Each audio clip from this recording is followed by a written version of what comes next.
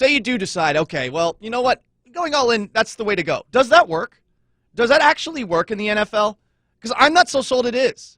I'm not so sold that this is something that consistently can help you out. Now, two teams are doing it and it feels like they've been doing it the last couple of years. I guess Kansas City, you could argue, is doing it now this offseason.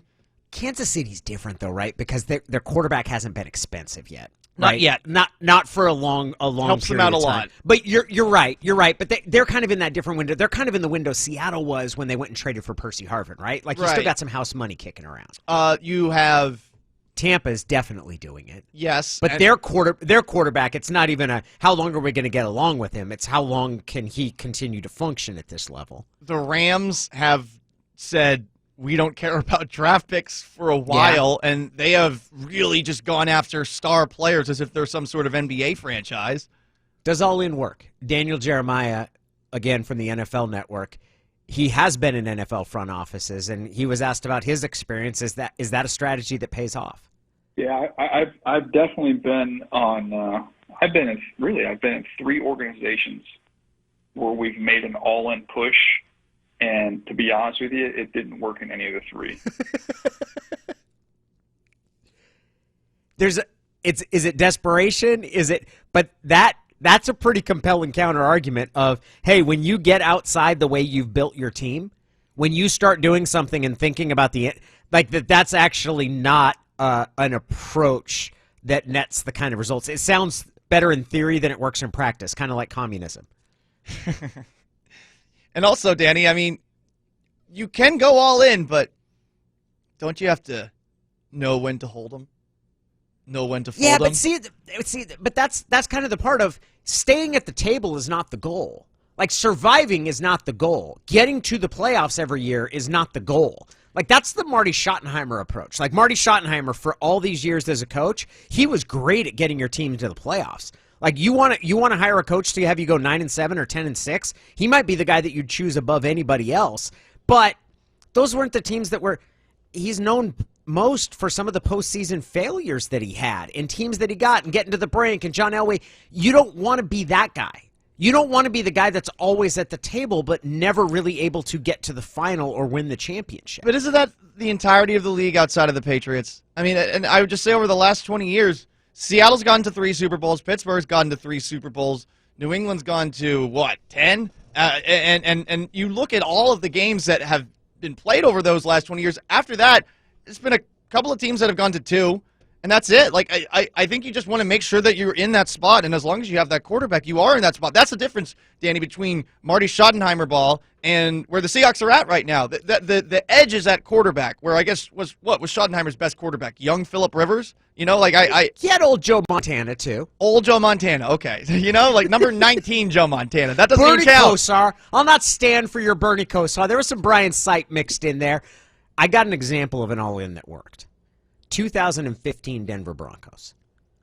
That was an example of an all-in that worked. They have Peyton Manning, who is on his last legs there, and they went out and bought a defense, right? They went out and bought T.J. Ward. Did they trade for DeMarcus Ware? Like, all of the different things that they did. They went out and bought themselves a defense, and it worked in that regard. It was a little easier to go all in for them because they knew that Peyton Manning was going to collapse, and where this is not a question about Russell Wilson's long-term career, it's about his short-term fit.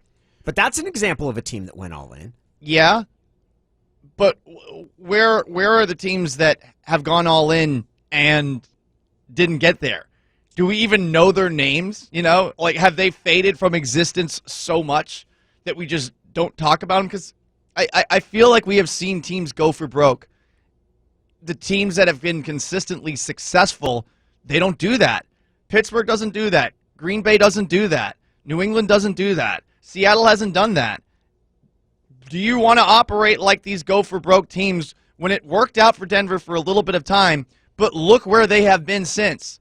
They are a joke right now, and they have a great defense, and despite that, quarterback-wise, they are unwatchable.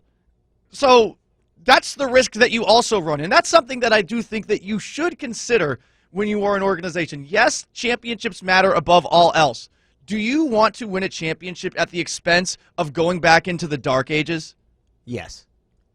Don't you? No. If I gave you a choice, you said you win a Super Bowl, but the thing is that the year after the Super Bowl, you make the playoffs, and then after that, you miss the playoffs for 5 years? Yeah, give me the Super Bowl. I've watched enough bad teams over my life to know that, I don't want to watch a team that doesn't matter, that doesn't count. I've seen, Danny, too many good teams to look at a team that's on the rise, that's rebuilding, and to just be patient and sit there. I mean, that's why I'm having some issues right now with the Mariners, who are in timeout today because they can't beat the Tigers.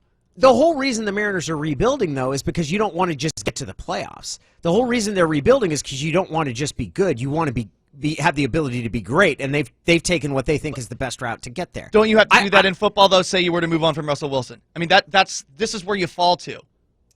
Yeah, I'm willing to take that risk, though, if you think that you're increasing your likelihood of winning a championship.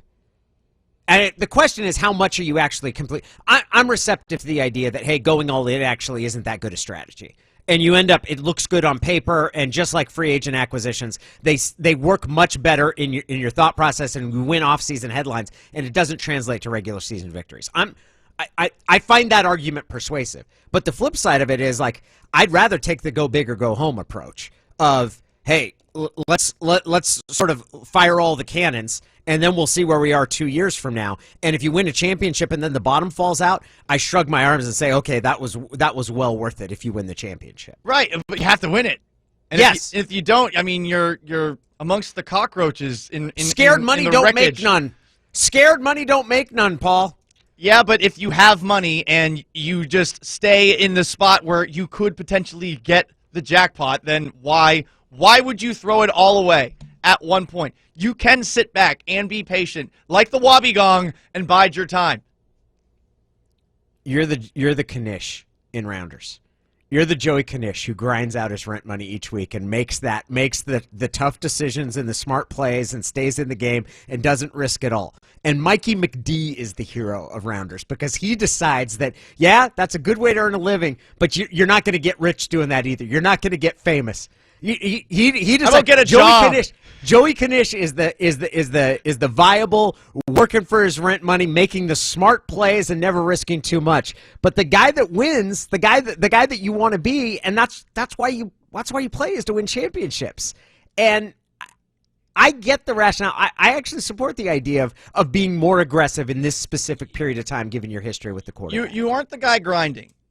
You're a phenom at that game, and you do have the chance from time to time to take home way more than rent money. I would say when you have someone like Russell Wilson on your team. And that's the difference. That's the difference between a team like the Seahawks and who's a 9-7, 8-8, like Washington right now, right? Mm-hmm. They've got a great defense. They've got some exciting players on offense. Terry McLaurin. Now Ryan Fitzpatrick's their quarterback, but I mean, they're not going to win anything until they get a quarterback, right? Like They might make the playoffs, but they're not going to really matter as a championship team until they get a quarterback. Exactly. And texter, good point by a texter. I agree with Paul. You could end up just like New Orleans is right now. I mean, they did go all in the last couple of years. Look at the salary spot that they're in, and now it's like Taysom Hill or Jameis Winston. You know, I mean, that's the spot that they and this is going to get worse for them, I would imagine, over time. Like they were $100 million in debt, like going into salary cap wise. Like it felt like going into this offseason. Wasn't that the right approach for them though? Even though they weren't going to be good after Breeze, regardless. Like, it was the right approach. Yeah, it didn't pay off, but that was the right play. It didn't work out for him, but that was the right play. Like, you spend all your money in that window of opportunity, and instead of saying, hey, we hope we're good when Drew Brees isn't there, you're going to stink when Drew Brees isn't there. You might as well really stink. Here's the difference. They probably should have moved on from Drew earlier than they did, right? Yeah. Yes. I think that there were signs there that he was moving on, that you should have prepared for it. His eventual. I think there were signs 2 years ago that he was done. There are signs right now that you might be saying the same thing if Russell Wilson wants out. There were signs. There were signs that he was not happy. There were signs that you should have known that this was coming to an end. There's signs that he has played the best football he's ever played too. So I mean, there's that too. Also, they probably could have gotten a decent quarterback for the money they spent on Taysom Hill. Taysom Hill remains the biggest mystery. Like all of us, everybody thinks Sean Payton's smart. Everybody does. And everybody thinks that his fixation with Taysom Hill is inexplicable. It's the weirdest thing. The only guy who seems to like him is the guy that everyone thinks is smart, which means that either he's not smart and everybody's wrong about that, or he is smart and everybody's wrong about Taysom Hill. One of those two things is true.